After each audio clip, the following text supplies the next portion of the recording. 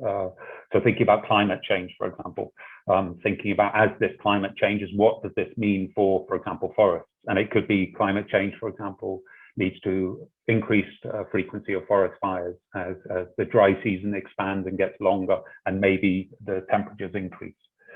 So if you're thinking about all of these combined as drivers of deforestation, all the countries in Southeast Asia face these to a significant extent, have these drivers of deforestation, facing challenges within forest landscapes to manage these landscapes, addressing these drivers in a way that is not just about in terms of the agriculture, forest conversion to agriculture is bad, is understanding this and how it fits within the landscape and how it fits at the national level.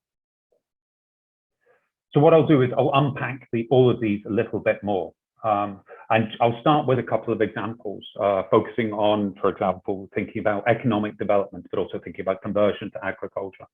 So taking just three examples from Southeast Asia: palm oil trade, timber trade, and rubber trade, from three significant economies in the region. So palm oil trade for Indonesia, a massive source of foreign exchange for Indonesia. So $18 billion a year. And there's an estimated 8 million people that are employed in the palm oil sector in Indonesia, but also thinking about in terms of the large number of forest proximate people in the region. And so when I talk about forest proximate people, I'm talking about forest dependent people, but also people that maybe just live nearby within a kilometer of forest. So there's a large number of people in Indonesia that live in and around forests. So again, just for thinking of palm oil, it's a massive amount of income for the country. Similar when thinking about timber and wood products for Vietnam. So it brings in $12.3 billion. This was for 2020 from exporting wood and wood products from Vietnam. It's a massive amount of money for the country. And there's roughly 5,000 businesses in the wood and wood product sector in the country, again, employing massive amounts of people. But also thinking about where does Indonesia get its fiber from? Where does it get the wood resources from? And Indonesia's forests provide a significant amount of those resources, but actually a lot of it is imported. And that is imported, for example, maybe from its neighboring countries, Cambodia and Laos, for example, but also a lot comes from Africa and also from Latin America. And then thinking about how much of that timber actually comes from sustainable sources or legal sources. So, for example, in 2020, again, Vietnam imported roughly just under 6 million cubic meters of roundwood equivalent of sawn wood and logs, for example. And over 30% of that came from countries which would be categorized as being in terms of high risk in terms of legality. So you're thinking not just about the footprint within a country, but you're also thinking about this footprint also in other countries in Southeast Asia, for example, but also Africa. And then finally, for rubber in Thailand. So rubber plantations, if you come to Thailand, you'll see rubber plantations in many, many places.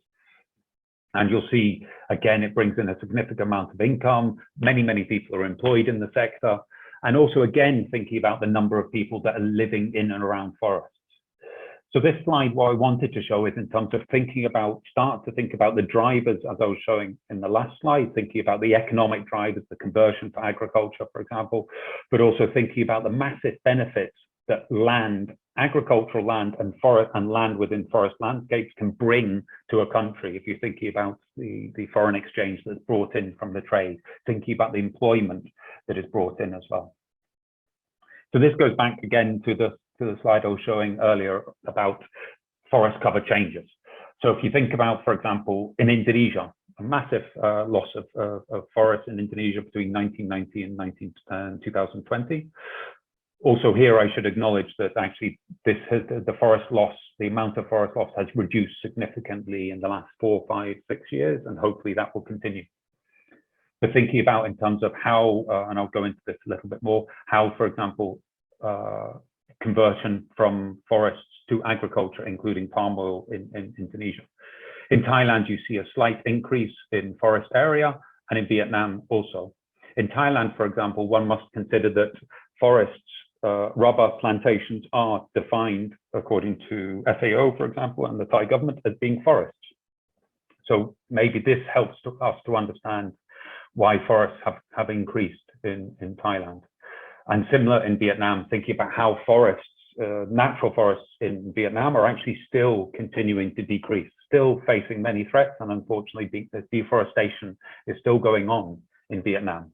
But what you're getting in Vietnam is significant number of plantations, forest plantations. And many of these plantations are feeding their industry in the country.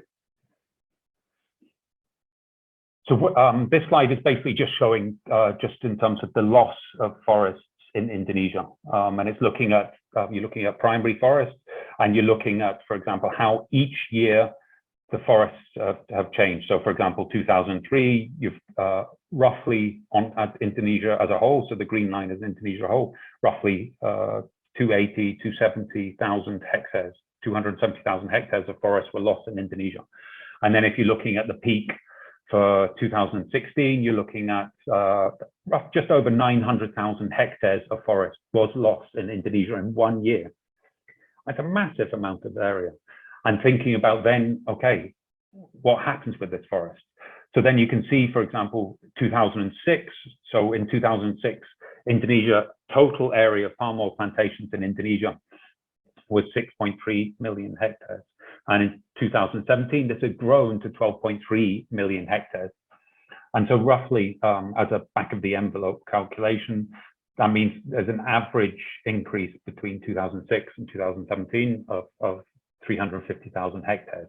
So then if you go back to the forest loss, it could make up a substantial amount of that loss. I should add a caveat, but there are many caveats, many things that we need to consider here, is that it's not that simple, of course, in terms of a lot of the oil palm plantations have been established on degraded land and land that has been degraded for many, many years. It's also thinking about in terms of the palm oil plantations, many of them also been established on land that was previously for agriculture, or maybe also for acacia or eucalyptus plantations. So when one is sharing this information, needs to understand, and this I will return to again, is the complexity of all this data. Going back to the driver slide again, thinking about economic development and thinking about how GDP, gross domestic product, as an indicator of economic development has changed. If you're thinking about 2016 to 2019, you can see across the region, significant increase across the region. And then of course, COVID hit.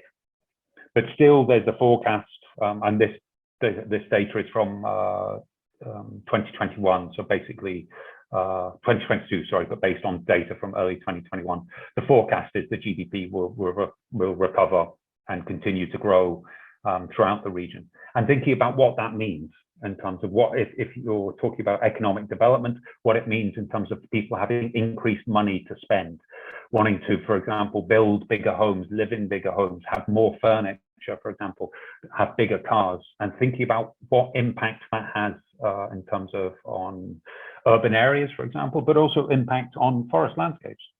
And so when thinking about the drivers of deforestation, for example, and forest degradation, it's important to understand where we have been, but also where we will likely go, and what impact that can have on forest landscapes in the region. So as I said, if you think about this massive increase from roughly $2,500 billion for the GDP for Southeast Asia to just under $5,000 billion. So a massive increase within 10 years. And then also thinking about in terms of the reduction in poverty. So when we're talking about in terms of, okay, this is for Indonesia, thinking about how the importance of using natural resources such as forests, such as timber and forest lands as well, forest landscapes, thinking about the impact that's had on urban poverty and rural poverty, and basically supporting the development of a country. So the red line denotes rural poverty. So you can see in Indonesia, 2001, basically a quarter of the population in rural areas were living in poverty, and how that has decreased significantly down to below 15%.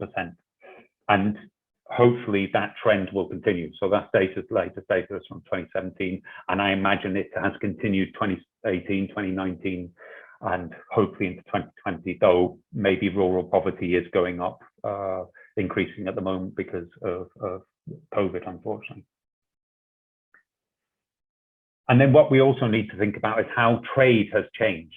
So in the past, thinking about globalization. So here I'm just showing in terms of how the main trading partners, global traders in the world. So this is the main traders in the world in the 1970s.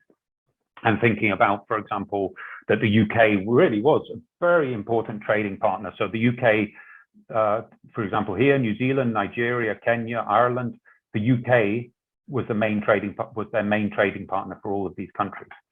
And from Southeast Asia, that includes Singapore. Brunei, main trading partner is Singapore. Thinking about the other Southeast Asian countries, for example, let me see if I can find the Philippines, main trading partner was the USA, for example. Thinking about Laos and Myanmar and Thailand, main trading partner was Japan, and then Japan's main trading partner was USA. So thinking about that, and what does that mean in the 1970s, and what does that mean in terms of thinking about globalization, and how that has changed to the world we're living in today. And you can see the UK is no longer on the map. You can see that China basically is the main trading partner for many, many countries. And within that, you can see, for example, the Philippines, Singapore, Brunei, basically the whole of Southeast Asia. China is the main trading partner, And what does that mean? And when I say that, it's as a question, because it's a question with many different answers. But what does it mean for forest landscapes? And what does it mean as China, as a nation, as it's grown economically, to become basically a massive trading partner for all these countries? As its economy has grown, its demand has grown. And what does that mean, for example, as it buys in a lot of natural resources from across the world? And again, thinking about the pressure on forest landscapes in Southeast Asia. So the last couple of slides, just trying to visualize the things that we need to think about when we're talking about pressure on forest landscapes. A couple of things just thinking about in terms of how the value of agricultural commodities have changed in the last couple of years. So this is only changes from 2019 to 2021. You've seen the value of palm oil increase by nearly 90%. You've seen, for example, the value of rubber, thinking about Thailand, increasing by roughly 26%. You've seen the value of timber increasing largely for logs from Africa by nearly 6% and sawnwood by roughly 7-8%.